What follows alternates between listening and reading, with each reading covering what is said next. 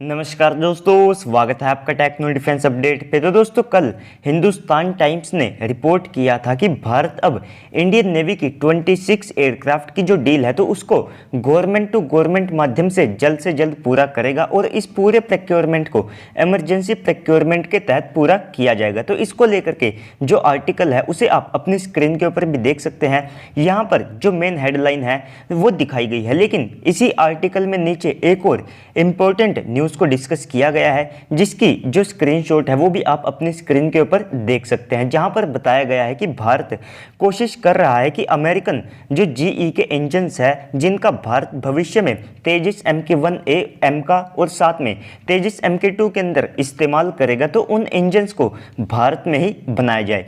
तो सबसे पहले तो आप सबको पता है कि भारत फ्रांस के साथ मिलकर के लगभग 110 किलोन्यूटन थ्रस्ट का एक इंजन बनाएगा, जो कि लगभग 2028 से लेकर के 30 तक तैयार हो सकेगा। और ये इतना जल्दी इसीलिए तैयार होगा क्योंकि ये राफेल के स्नैकमा M88 इंजन के ऊपर बेस्ड होगा, जो कि पहले से ही राफेल फाइटर जेट के अंदर मौजूद है। लेकिन दोस्तों, यहाँ पर अब भी काफ़ी ज़्यादा टाइम है, तो इसके अंदर हमको तेजस MK1A को इंडक्ट करना है। साथ ही साथ तेजस MK2 का भी मास प्रोडक्शन इसी टाइम के अंदर शुरू हो जाएगा। साथ ही साथ एमका के मास प्रोडक्शन को भी हम 2030 से लेकर के 2028 के आसपास शुरू करना चाहते हैं।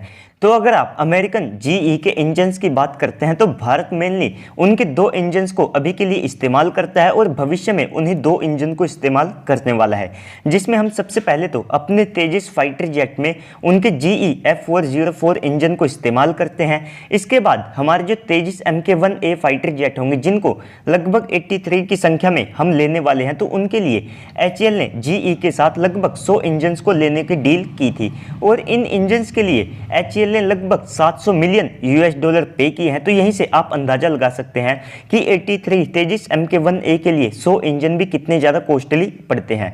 तो इसके बाद भविष्य में हम लगभग 150 से ज़्यादा अगर तेजस MK2 को भी इंडक्ट करते हैं और 40 ट्विन इंजन M का और साथ में TEDBF को इंडक्ट करते हैं, तो इन सारे फाइटर जेट के लिए इंजन की आवश्यकता को देखते हुए आप मान करके चल सकते हैं कि भारत को अब भी मिनिमम लगभग 200 से ज़्यादा अमेरिकन इंजन को इंपोर्ट करने की आवश्यकता पड़ेगी। तो ऐसे में ये बिलियंस ऑफ डॉलर की डील होने वाली है, जिसमें अमेरिकन जीई को काफी ज्यादा बड़ा मुनाफा होगा। तो ऐसे में तो MOD यानी कि मिनिस्ट्री ऑफ डिफेंस का यहां पर प्लान है कि कम से कम इन इंजन्स को भारत में बनाया जाए, क्योंकि हम बिलियंस ऑफ डॉलर यहां पर पे करने वाले हैं, जिससे कि भारत को भी यहां पर कुछ मदद मिले। क्योंकि हम पहले ही जब जीई के F404 इंजन्स को लेने वाले थे, तो उसमें जीई मान चुकी थी कि वे कुछ मैन्युफैक्चरिंग की जो टेक्नोलॉजीज है उनको भारत को प्रोवाइड कराएंगे। साथ ही साथ असेंबली से लेकर के जो एक्सपीरियंस है वो भी वे भारत को बड़ी आसानी से दे सकते हैं। तो वहां पर कुछ कॉस्ट इशू और साथ में कुछ टाइम इशू था। तो ऐसे में अब भारत के पास अच्छा चांस है कि हम इन इंजन्स को भारत में ही बनाएं और हम पहले ही अमेरिकन जनरल इलेक्ट्रिक से लगभग 6 GE F414 इंजन्स की डिलीवरी ले चुके हैं। इन इंजन्स का इस्तेमाल हम अपने तेजस MK2 फाइटर जेट के अंदर करने वाले हैं। और इसके बाद अगर आप तेजस MK2 के नंबर की बात करते हैं तो हमने पहले से ही लगभग 150 से लेकर के 170 तेजस MK2 को लेने का प्लान बनाया था, लेकिन अब भारतीय वायुसेना के द्वारा MMRC 2.0 को कैंसिल करके लगभग 57 फाइटर जेट को ही लेने का प्लान किया गया है। तो ऐसे में तेजस MK2 का नंबर बढ़ेगा और साथ ही साथ इन इंजन्स की जो आवश्यकता है वो भारत के लिए और ज्यादा बड़ी होगी। और जैसे ही हमारा स्वदेशी इंजन बन करके तैयार होगा, तो उसके बाद तेजस MK2 का जो मिड ओवरहाल किया जाएगा, तो उसमें उन स्वदेशी इंजन का जो इंटीग्रेशन है वो आप सबको देखने को मिल सकता है। तो अगर जीई इस प्रपोजल के लिए मानती है तो इससे भारत को एक स्किल्ड लेबर मिलेगी, साथ ही साथ इंफ्रास्ट्रक्चर और ज़्यादा मजबूत और डेवलप होगा, जो कि लॉन्ग टर्म में भारत की काफ़ी ज़्यादा मदद करेगा।